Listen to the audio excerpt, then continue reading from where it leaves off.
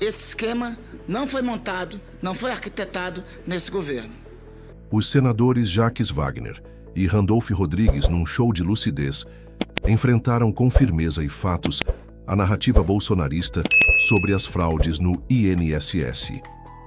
Com uma oratória afiada e dados irrefutáveis, os senadores desmontam peça por peça as acusações infundadas levantadas pela oposição, deixando seus adversários visivelmente estarrecidos e sem resposta. Em uma sessão histórica, o que se viu foi uma aula de política responsável, onde o bom senso e a verdade falaram mais alto.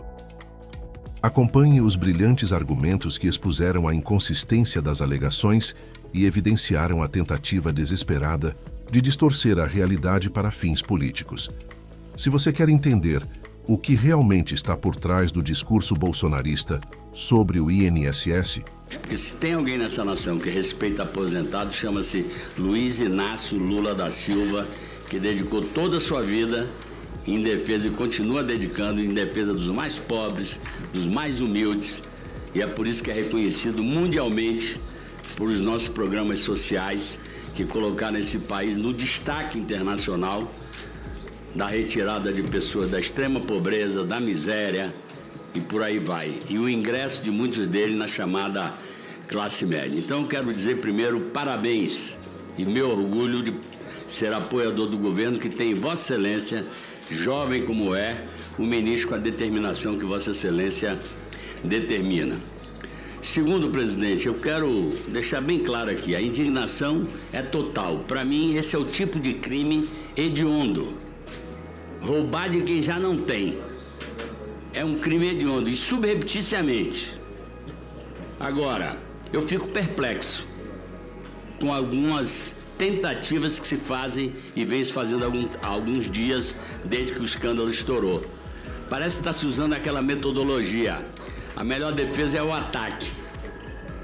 E, portanto, se ataca esse governo, vou repetir, Sherlock Holmes, o grande detetive, perguntaria: será que alguém que tem interesse em esconder alguma coisa ia fazer a sua CGU sem interferência e a Polícia Federal fazer uma mega operação no Brasil inteiro para estourar esse tumor de bandidos que lesam os aposentados? Acho muito difícil. Seja quem for, será punido. Eu queria que exibisse a tela que eu pedi, só porque aqui é outra perplexidade da minha parte. Eu quero que você exiba a tela, que eu quero desconstruir um discurso que está se tentando fazer aqui dentro. Não só contra a Associação de Aposentados, mas também contra sindicatos. Não vamos generalizar. Ali está a tela, os senhores senadores e a senhora senadora podem enxergar. A linha azul são das associações históricas, como a CONTAG, que tem mais de 60 anos de criada. Aonde estoura a curva, senhores? Estoura a curva em sindicatos de fachada, empresas disfarçadas de marginais que se constituíram para roubar e não para prestar serviço. Sindicato manda seus dirigentes atrás do seu. Uma dessas empresas, seus advogados disseram: nós não podemos ser culpados, porque nós terceirizamos a prospecção e a contratação. Nós terceirizamos. Não tem nada a ver com aposentado. Isso é uma ruma de picareta que entrou nesse golpe e não vou acusar ninguém. Mas isso parece que foi preparado. Estourou em 23 e 24, mas foi preparado antes. E só foi interrompido, como o ministro já disse, por conta da nossa decisão. Vou dizer mais, aqui se tenta criminalizar o ministro porque ele recebeu a CONTAG. Não cito nomes, mas se quiserem podem procurar que vários outros ministros receberam a CONTAG e tantas outras. A CONTAG está naquela linha de azul. Como ela tem 60 anos, tem muito associado, o desconto dela apareceu. Pode ser que tenha alguém também errado lá dentro, porque em qualquer corporação você pode ter gente correta ou incorreta. Mas eu quero que fixem esse gráfico para saber quem é responsável pelo trambique. O trambique é dessas empresas disfarçadas de sindicato que começaram em 2017. Eu estou vendo muito discurso aqui e fico perplexo realmente. Senador Girão, eu não assino CPI porque eu não assino CPI. Porque, na minha opinião, eu fui autor da primeira CPI, a CPI dos anões do orçamento. Porque essa casa não tem a estrutura que a Polícia Federal e os órgãos de controle têm para fazer a pesquisa. Nós estamos trabalhando em cima do que a Federal já estourou. Essa que é a verdade. E vamos fazer palco em cima do que a Federal... Eu não assinei, mas talvez eu assine. Porque esse vento vai mudar de lado. E vai ficar claro quem montou esse trambique aí. A minha eu não quero assinar a CPI, que eu quero que se discuta no Senado os temas fundamentais para a nação brasileira e a Polícia Federal cuide disso aí. Deixa eu dizer uma coisa para os senhores. A MP original, e aí me permite, senador Marinho, de me dirigir a Vossa Excelência, não tinha o objetivo de sustar descontos errados. Ele tinha o objetivo de sustar aposentados artificiais. Era um pente fino para fazer em cima dos aposentados. E, portanto, nós trabalhamos, e eu também trabalhei, para estender o prazo. Mas deixa eu perguntar uma coisa aqui aos senhores. Não existe veto do presidente da República? E por que 3 MPs foram publicados, inclusive a última, de relatoria de um membro do PL, e o senhor presidente da República anterior não vetou a matéria? Sabe qual que ele vetou? Ao que vinha na primeira MP, inserida pelo Congresso Nacional, que era a não manipulação dos dados aposentados. Esse ele vetou. E o PL, em vez de derrubar o veto, que era exatamente a proteção de dados, ao contrário, o PL manteve o veto. Vamos jogar claro isso aqui. Aqui eu não tenho interesse de politicizar para acusar o governo passado. Mas não venham acusar esse governo. Isso aqui é uma manipulação dos fatos para tentar desgastar e fazer palanque contra o presidente da República. Vou repetir, quem chamou a polícia ou quem deixou a polícia trabalhar livremente foi o presidente Luiz Inácio Lula da Silva. Ele é que ajudou a estourar o escândalo. E vamos deixar na tela, porque a tela deixa bem claro. O que é associação verdadeira, eu sou favorável que a gente ajude a manter, porque a organização dos trabalhadores é fundamental. E tem gente aqui que reza na cartilha do liberalismo que se pudesse queria acabar com todos os sindicatos. Então não vamos misturar. Aquilo ali é os trambiqueiros. Os outros são os sindicatos de aposentados, ou associações de aposentados. Se alguma delas está errado, que desça a madeira em cima dela também. Esse esquema não foi montado, não foi arquitetado nesse governo. Mas está sendo apurado e vai ser concluído aqui durante este governo.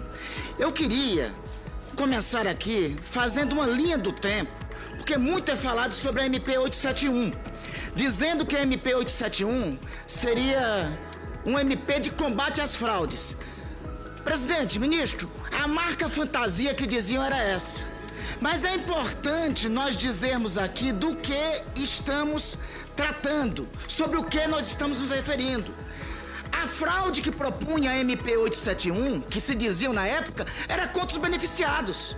Eles queriam limitar o auxílio-doença, acabar com o auxílio funeral, reduzir os benefícios dos beneficiados. E a fraude que foi desbaratada, investigada pelo nosso governo, diz respeito à revalidação da autorização de descontos de entidades criminosas. Então vamos à linha do tempo desse tema. Sobre esse tema, o dispositivo que estava na MP 871 teve várias propostas de alteração e de supressão, e não foi somente de parlamentares da base do governo não, ministro Volney. Eu tô aqui, olha, meu querido... Eu tenho aqui uma emenda a essa medida provisória no mesmo termo, do meu querido colega, deputado Luiz Carlos Mota, hoje do PL, foi nosso relator do orçamento. E não quero fazer nenhuma acusação ou ilação em relação a ele. Ele fez uma emenda nesse sentido, obviamente pelas razões dele. Mas esta fraude aqui ocorrida, a atuação do principal lobista, do famoso careca do INSS, como aparece na imprensa, a atuação dele se dá sobretudo com a captação indevida de dados do INSS. Aí sobre isso é importante ser dito uma coisa, meus colegas senadores. Foi apresentado nessa MP 871 uma emenda. A emenda foi apresentada para que tivesse transparência dos dados do INSS por um deputado do PSB. E o que foi feito pelo então presidente Jair Bolsonaro? ele vetou esse dispositivo que garantiria maior transparência. É o artigo 124 dessa medida provisória. E essa medida provisória 871, ao final, acabou sendo aprovada. Mas, postergando por 3 anos, até dezembro de 2021, a revalidação dos dados.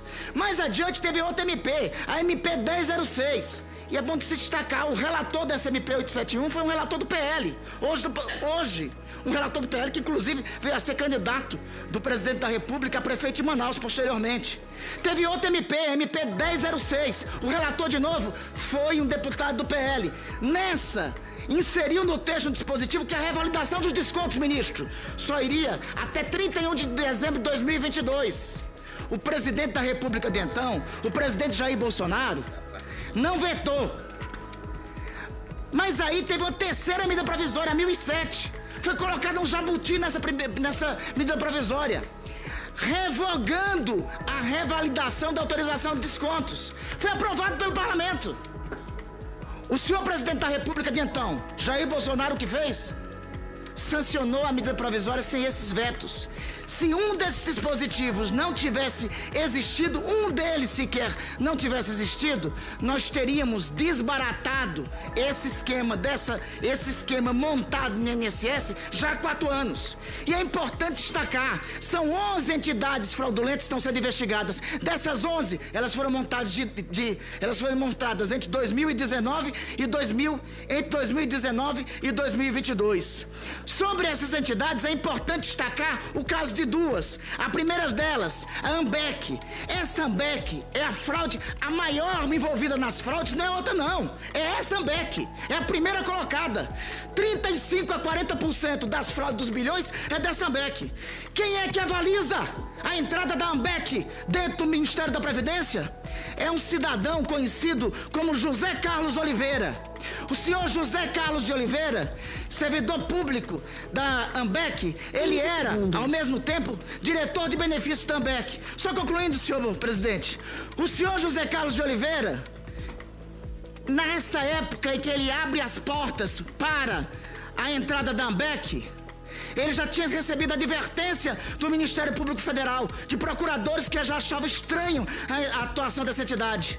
O que é que o governo faz?